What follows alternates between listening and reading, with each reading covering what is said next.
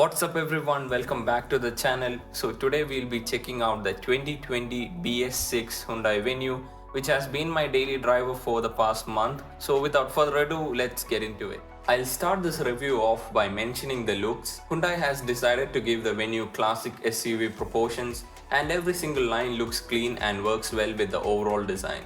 It has an understated look that appeals to most people. The front portion is dominated by the huge cascade grille with chrome inserts. On either sides, you will find the lighting arrangement, which has the turn signals positioned above the headlight cluster, and at the very bottom we get projector fog lamps. Speaking of the actual headlight unit, you get a projector headlamp and a special cornering lamp which light up when taking turns, especially improving visibility at night. Enclosing them is the LED DRL unit, which looks quite distinctive in the daylight. The rear lighting setup also has its own quirks to it, but it has a design that stands out and I like it. One notable omission at the rear in the SX trim level would be the missing rear wiper washer combo, but I didn't face too much of an issue even while driving in the rain. The integrated rear boot spoiler, shark fin antenna and the 16-inch diamond cut wheels contribute to the overall sporty look of the Venue. You will find a similar story when inside.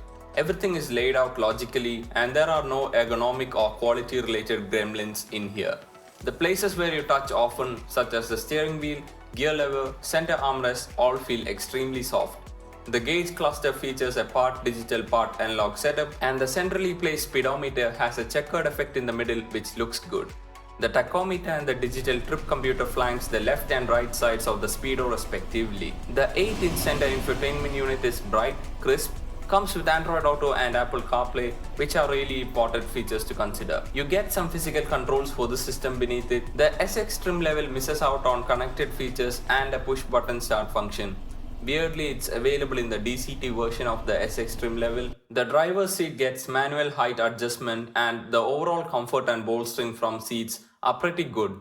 The Venue only has average rear seat room. It's not the headroom but the lack of legroom that might make it uncomfortable for people over 6 foot. The recline angle of the seat backs and the height of the bench is slightly higher than normal, which causes this issue. You still get rear AC vents and a 12-volt charge port, which does make it bearable for your passengers at the back. Now let's move on and talk about the ride comfort and handling.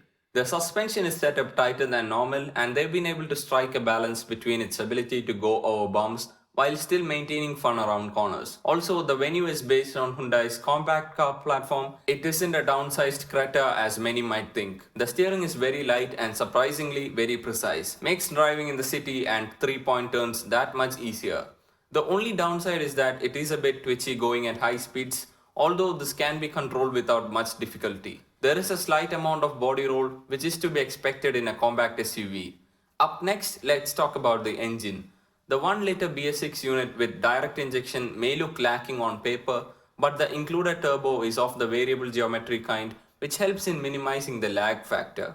It develops 118 bhp and 172 Nm of torque, which are healthy numbers especially for its class. There is a slight lack of power until you reach 2000 rpm, but when you pass that mark, you're basically flying. The figures paint a similar picture. The Hyundai Venue does the 0 to 100 km sprint in the mid 10-second range, making it one of the fastest compacts around. Even when it's not on boost, it still has got more than enough power to run about in the city. The refinement of this engine outshines everything else in its class. It doesn't sound the best when you're idling, but when it comes to the actual performance, you'll never feel it to be inadequate. This engine also runs quite smooth at higher speeds. Moving on to the gearbox, we have the 6-speed manual transmission, which really complements the engine quite well.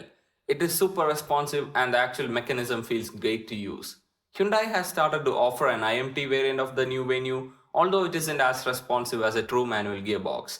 The DCT would be a better option in terms of response and usability, albeit being priced significantly higher than its manual counterpart. As with all turbo engines, fuel economy depends on your driving style, and I'm able to average around 15 km per litre in the city and just over 18 km per litre on the highway. Now, most prospective buyers must be confused between the newly released Kia Sonet and the Hyundai Venue. What they've got to understand is that basically underneath the skin, both of these are the same car in every possible manner, and there are only minor differences among them. You can even see some shared parts between the two. I personally like the restrained design of the Venue, but looks are a subjective matter. I don't think anyone can go wrong with either of the two. As for the Venue, it has its own shortcomings, but the flaws are quite minor and it still remains a strong contender in its class, offering a mix of great features, styling and superior refinement at a price that doesn't break the bank. Please don't forget to like the video and subscribe to the channel if you enjoyed watching it. Until the next one, see you later.